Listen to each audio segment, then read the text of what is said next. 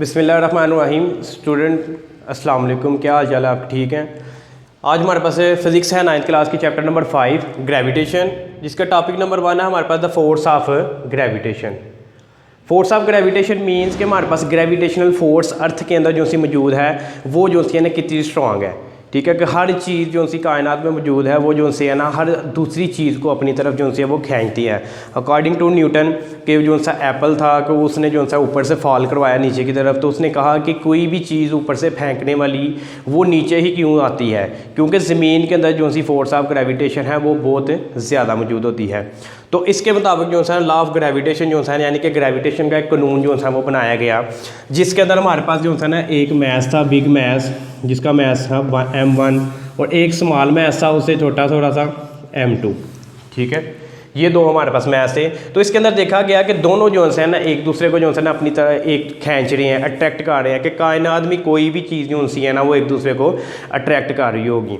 तो इन दोनों के मैस के दरमियान जो है वो हमारे पास कुछ डिस्टेंस भी जो है वो मौजूद है कि दोनों जो है ना कितने फासले के ऊपर जो है वो रखे गए हैं। ठीक है, और एक दूसरे को जो है वो अट्रैक्ट कर रहे हैं। ये m1 है और ये m2 है। इसी को लेके आगे चलते हैं। तो सबसे पहले हमारे पास लॉ ऑफ ग्रेविटेशन है। बुक के ऊपर आपका पेज नंबर है 107। बुक के ऊपर page number 107, law of gravitation. According to the Newton law of gravitation कह रहा है यूनिवर्सल ग्रेविटेशन है।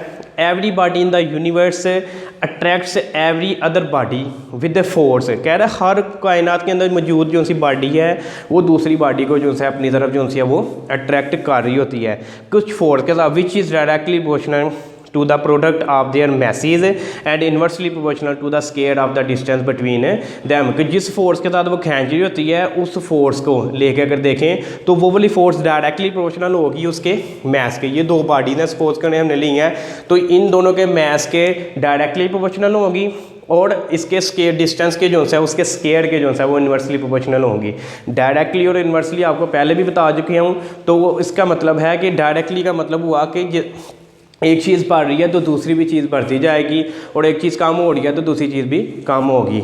और इसके अपोजिट अगर देखें तो इन्वर्सली प्रोपोर्शनल होता है कि एक चीज़ अगर बढ़ रही है तो दूसरी चीज़ कम हो रही है, और दूसरी चीज़ के बढ़ने से पहले वाली चीज़ जो है वो कम हो रही है। ठीक है, तो इसके अंदर देखेंगे कि ये जो सी डेफिनेशन आपने करनी है, और उसके बाद नीचे जो सा लिखा हुआ है पैराग्राफ स्टार्ट है, consider two bodies of message m1 and m2। यहाँ पे ऊपर आपने हेडिंग देनी है एक्सप्लेनेशन की। ठीक है, एक्सप्लेनेशन की हेडिंग जो सी है वो आपने देनी है। एक्सप्लेनेशन की दे सकते हैं, डेरिवेशन की दे सकते हैं, दोनों में से कोई भी हेडिंग जो सी है वो आप दे सकते हैं ताकि प्रॉपर जो है ना वो काम किया जा सके। According to law of gravitation की डेफिनेशन के मुताबिक कि फोर्स जो सी इन दोनों के दरमियान जो सी फोर्स मौजूद है वो जो सी है वो क्या है जी, डायरेक्टली प्रोपोर्शनल है। हम लिखते हैं product of mass m1 and m2। Clear है, क्वेश्चन 1 बन गई हमारे पास। फिर कह रहा है कि फोर्स जो सी है वो है इन्वर्सली प्रोपोर्शनल डिस्टेंस के स्केयर के 1/d स्केयर।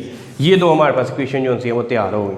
इन दोनों को अगर हम कंबाइन करते हैं तो ये फोर्स दोनों जो सी आपस में कंबाइन करेंगे तो ये हमारे पास आ गया, कंबाइनिंग करेंगे, कंबाइनिंग तो ये आ जाएगा F directly and inversely proportional m1 m2/d का स्केयर।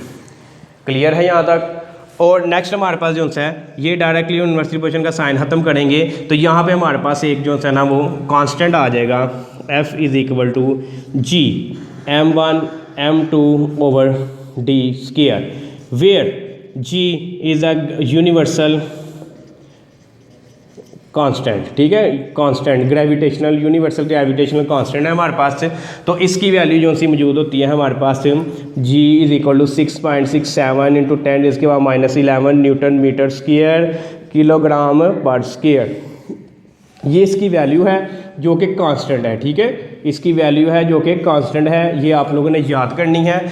और जैसे ही स्मॉल जी की वैल्यू होती है 10 मीटर पर सेकंड स्क्वायर, इसी तरह कैपिटल जी जो है वो हमारे पास उसकी वैल्यू है 6.67 × 10⁻11 न्यूटन मीटर स्क्वायर किलोग्राम पर स्क्वायर। ठीक है, यहाँ तक ये डेरिवेशन के एंड तक आपका लॉन्ग जो सा मुकम्मल हो जाएगा। तो अगर आप पेज नंबर 107 के से आगे आ जाए 108 में, तो आपने यहाँ तक इसको करना है। Here G is a proportionality constant, it is called the universal constant of gravitation, its value is same everywhere, क्योंकि इसकी वैल्यू जो सी है हर जगह जो सी है वो सेम रहेगी। इन ऐसा unit it's value is 6.673 into 10⁻⁻11, यानी कि मैंने 3 इधर नहीं लिखा तो 3 भी जो सा इसे डिनोट कर लेते हैं, ठीक है। Into 10⁻⁻11 newton metre square kilogram पर स्क्वायर। यहाँ तक जो है ना आपके पास ये आ जाएगा एक आपका लॉन्ग, ठीक है। उसके बाद next due to small value of G, ये नीचे जो सा लिखा हुआ है ये इसका शॉर्ट क्वेश्चन लिखना है आपने। Why we can not feel force of gravitation between the objects around us, ठीक है। Why we can not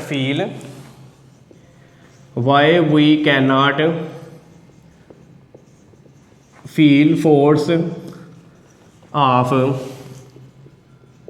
gravitation between the objects around us, ठीक है। कि हम जो उनसे ना फील क्यों नहीं करते ग्रेविटेशनल फोर्स को, कि हमारे मौजूद जो उनसे हमारे इर्द गिर्द मौजूद ऑब्जेक्ट्स, जैसे कि अभी मैं यहाँ पे खड़ूँ तो वाइट बोर्ड मेरे करीब है, भाई यहाँ पे डाइस पड़ा हुआ है, यानी कि एक सामने कैमरा लगा हुआ है। इट्स मीन कि इन चीज़ों की हम फोर्स ऑफ ग्रेविटेशन जो सी है वो क्यों नहीं फील करते, तो यहाँ पे आपने लिखना है, ठीक है। लॉन्ग तो ऊपर तक हो गया था वैल्यू तक, उससे आगे ये वाला शॉर्ट क्वेश्चन आ जाएगा, तो उसका आंसर आगे से here due to small value of G, कह रहा है कि जी की वैल्यू जो है ना वो बहुत स्मॉल है। अगर आप देखें ना तो 10⁻⁻11 जो है ना आ रहा है इधर, ठीक है, तो माइनस पे जा रही है वैल्यू। तो कह रहा है gravitational force of attraction between the object around us is very small, कि ग्रेविटेशन फोर्स जो सी होगी ऑब्जेक्ट के इर्द गिर्द, क्योंकि वैल्यू इसकी जी की स्मॉल है तो इसकी वैल्यू भी जो सी है वो स्मॉल हो जाएगी। And we can not feel, do not feel it, हम इसे फील जो है वो नहीं कर पाए। Since the mass of the earth is very large, इसके एवज अगर मैस ऑफ अर्थ देखें कि मैस ऑफ अर्थ जो है वो बहुत बड़ा होता है, तो it's attract near by object with a significant force, तो वो अपने इर्द गिर्द जो सी चीज़ें मौजूद होती हैं उनको अपनी तरफ जो सा वो खींच रहा होता है। मैस ऑफ अर्थ क्यों, क्योंकि मैस ऑफ अर्थ बहुत बड़ा है तो उसके अंदर ग्रेविटेशनल फोर्स भी जो है वो बहुत बड़ी है। अगर आपने देखा है तो अगर हम कोई भी चीज़ जो है वो ऊपर की तरफ उछालते हैं तो हर चीज़ जो है वो नीचे की तरफ भी आएगी, कोई भी चीज़ ऊपर जो है वो रुक नहीं जाती, ठीक है। तो वो चीज़ ऊपर नहीं रुकती, इसकी इट्स मीन कि उसने नीचे की तरफ आना है, तो वो फोर्स ऑफ ग्रेविटेशन ही ज़मीन के अंदर मौजूद है जो उसे खींच रही है। The weight on the object on the earth is the result of the gravitational force of attraction between the earth and the object. जो बॉडी का वेट है, ऑब्जेक्ट का वेट है, वो ही इसका नतीजा है, यानी कि कोई बॉडी का वेट है उसी वेट की वजह से ही और ग्रेविटेशनल फोर्स की वजह से ही जो सी है वो ज़मीन जो सी है उस चीज़ को जो है ना अपनी तरफ खींच रही होगी, ठीक है ना। इसी तरह कायनात में जितनी भी बॉडीज़ हैं हर एक बॉडी दूसरी बॉडी को जो सी अपनी तरफ जो सी है वो खींच रही है। यूनिवर्सली तौर के ऊपर इसको प्रूव किया गया है, तो उसको हमने लॉ ऑफ ग्रेविटेशन का नाम दिया है। ये आपका पहला टॉपिक था लॉ ऑफ ग्रेविटेशन, और ये लॉन्ग क्वेश्चन है, साथ में ये शॉर्ट क्वेश्चन आपने जो है वो कवर करना है, ठीक है। लेक्चर नंबर 1 था आपके पास, क्लियर है। Thank you.